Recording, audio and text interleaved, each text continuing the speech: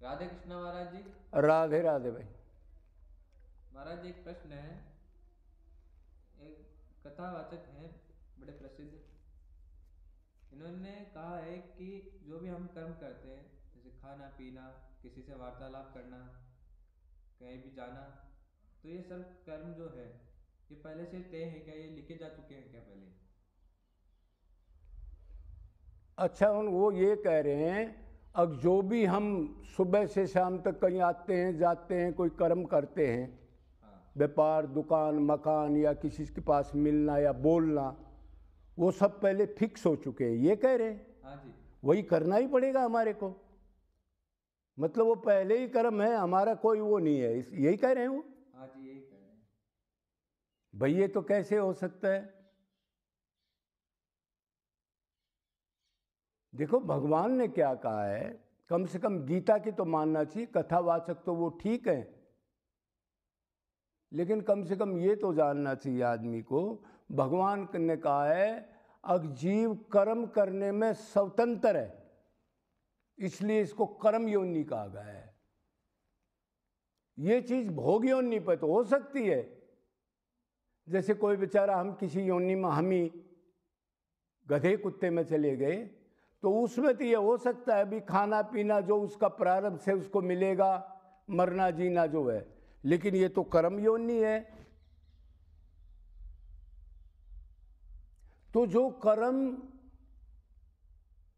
नए कर्म हम करेंगे, विवेक भी दिया है, बुद्धि से पर एक विवेक होता है, इसलिए इसको बहुत दुर्लभ कहा गया है।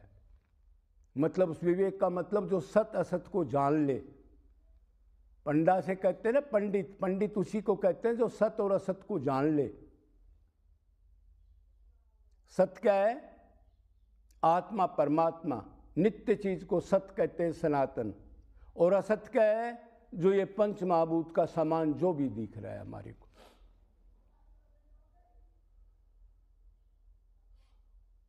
तो भोगने के जो कर्म है वो हमारे लिखे जा चुके प्रारब्ध में, संचित कर्म में से कुछ कर्म प्रारब्ध के रूप में फिक्स कर दिए, एक शरीर को छोड़ के किसी भी शरीर में जाएंगे, चाहे मनुष्य शरीर में जाए चाहे किसी में। मतलब कितनी एज होगी, कहाँ मरना है, कहाँ जीना है, कहाँ प्राण त्यागने हैं, क्या सुख दुख मिलेंगे। जैसे हमने बीमार होना है,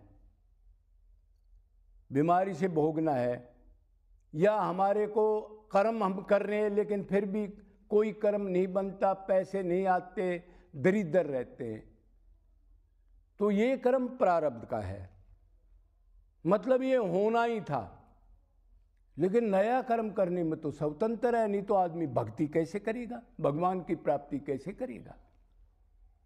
भगवान चाहेगा तो प्राप्ति करेगा वो तो अपने आप ऐसे। फिर ये वेद शास्त्र जो कथावाचक है वो भाई, वो कथा कर रहा है, उसका क्या महत्व जब वो यही कह रहा है अब जो मिलना जुलना देखना जो कर्म हो रहा है वो पिछला फिक्स हो रहा है, अपने आप हो रहा है, हम कुछ नहीं कर सकते। फिर कथा क्यों कर रहा है? भगवान में मन लगाओ, अच्छे कर्म करो, बुरे मत करो, फिर ये क्यों कह रहे हो? फिर वेद शास्त्र किस लिए बनाए? भोग योनि के लिए तो नहीं बनाए, इसी योनि के लिए बनाए हैं ये। तो इससे ये साबित हो गया अब भोग जो पिछला वो भोगने में परतंत्र है, नया कर्म करने में जीव स्वतंत्र है। तमोगुणी कर्म करो, रजोगुणी करो, सतोगुणी करो, या भगवान की भक्ति करो, सब कर्मों को छोड़ करके। भागवत भी कहती है धर्म अर्थ काम मोक्ष कोई भी चीज प्राप्त कर सकता है। तो फिर बंधन कैसे बता दिया उन्होंने? किसी से मिलना है, क्या बोलना है, कहाँ जाना है, ये पहले से फिक्स है। अरे विवेक दिया है, उधर जाने में तेरे को लॉस हो रहा है, वो तमोगुणी आदमी है, तो तू उसके पास क्यों जाएगा? भगवान ने तेरे को ये भेजा तो दिया है, अच्छी जगह पे जाएगा, ठीक आदमी बोलता है उसके पास जाएगा, उससे व्यवहार करेगा, क्यों आपको पता है कौन ठीक कौन गलत, सत असत की पहचान तो इसी जन्म में तो कर सकते हैं हम मनुष्य शरीर के अंदर। तो भोगने में परतंत्र, जो प्रारब्ध लिखा गया संचित कर्म में से, वो जो दुख सुख आएंगे उनको भोगना ही पड़ेगा। जैसे कोई कर्म का फल है, उसमें आप में बीमारी लग गई, वो जो कर्मजन्य रोग होते हैं, मतलब जो बुरा कर्म करके कर्म का फल का रोग होता है, तो हमने भोगना ही पड़ेगा। दवाई ले लेंगे तो भी जब तक उसका भोग पूरा नहीं होगा वो ठीक नहीं होगा।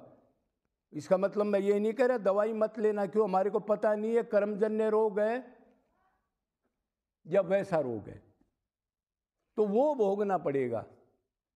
लेकिन भक्ति तो बीमार आदमी भी कर सकता है, उसके पास भी मन है, अपने अन्न को दान वगैरह कर सकता है, अपना आगे का हिसाब किताब बना सकता है, बढ़िया चीज़ का अध्ययन कर सकता है, जीवों की सेवा कर सकता है निष्काम, तो पहले से फिक्स हो गया। तो कर्म करने में स्वतंत्र, पिछला भोग के अंदर परतंत्र। देखो एक बार एक मिसाल से समझ लो, जैसे एक आदमी गाड़ी चला रहा है, कोई कार चला रहा है, उसकी स्पीड भी ज़्यादा नहीं है, उसके पास लाइसेंस भी है, और वो लेफ्ट साइड में रूल है ना हमारा चलने का, कीप टू द लेफ्ट, तो गाड़ी भी लेफ्ट साइड से ले रहा है, कोई ब्रेकर वगैरह को भी देख रहा है, और नशे में भी नहीं है। देखो वो दिमाग से कर्म कर रहा है, और आगे से कोई सिरफरा आदमी दूसरे रोंग साइड से उसकी गाड़ी में मार दे, तो ये कर्म प्रारब्ध का है, मतलब ये होना ही था।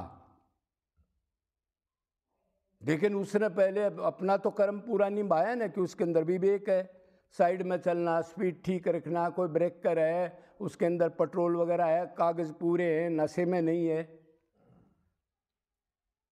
इसको आप कह सकते हैं वो पहले से फिक्स था, प्रारब्ध जिसको कहते हैं।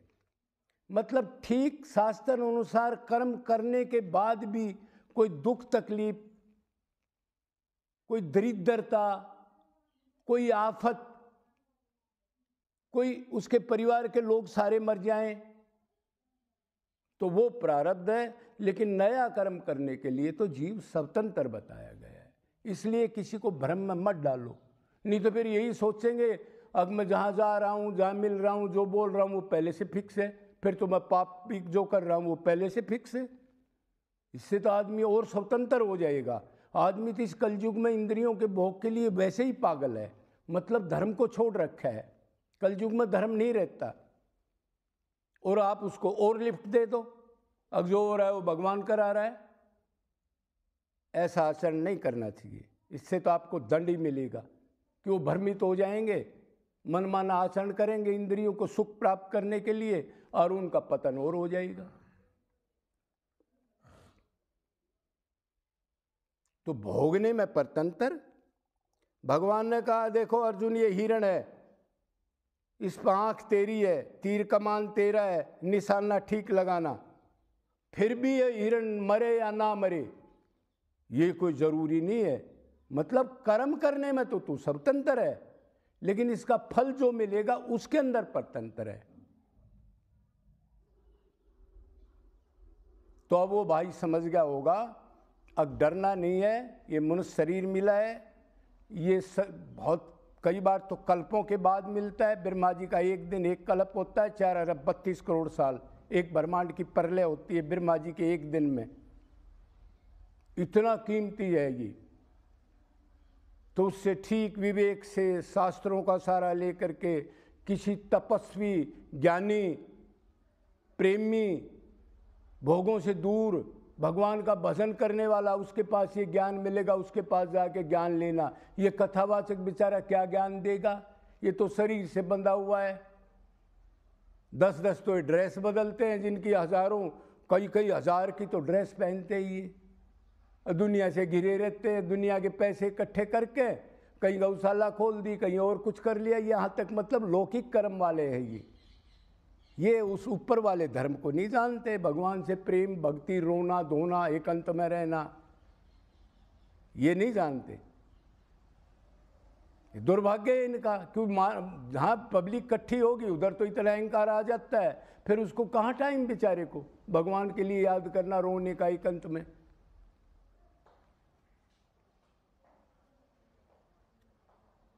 तो भाई समझ गया होगा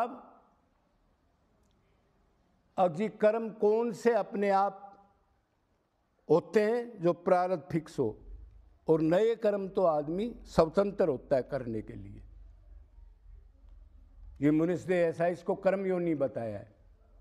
नहीं तो फिर भगवान हर एक कर्म को हृदय में बैठ के नोट क्यों करता जब अपने आप हो रहा होता? तो वो कह रहा है मैं हृदय में बैठा हूँ आत्मा के बिल्कुल साथ, जो सोचता है बेटा उसी को नोट कर लेता हूँ। तो ये ध्यान रखना, कर्म सोचने से नोट होते, गलत चिंतन मत करना। चलते फिरते वो ऐसा वो ऐसी, उसने ये किया था, मैं ये कमा लूँगा, उसको ये दुख दे दूँगा, भगवान नोट कर रहा है। इसलिए राधे राधे, श्री कृष्णा राम सीताराम, इनको जपो, अपने को एकला मत समझो, भगवान सदा साथ है, वो नोट करता है। मैं मनुष्य जन्म है, बड़ा कीमती है। अब की बार मैंने जो टॉप आचार्यों ने बताया अपने कल्याण के लिए भवसागर से निकलना है, उसी के लिए मेहनत करो, नहीं तो फिर जा कर के भवावटी में फंस के फिर अनंत जन्म पुनरावृत्ति जन्म में जाना पड़ेगा। तो इस चीज़ में सावधान हो जाओ। अगला क्षण मिले ना मिले, शरीर क्षण भंगुर है, अभी से इसी समय से अपना कल्याण करो।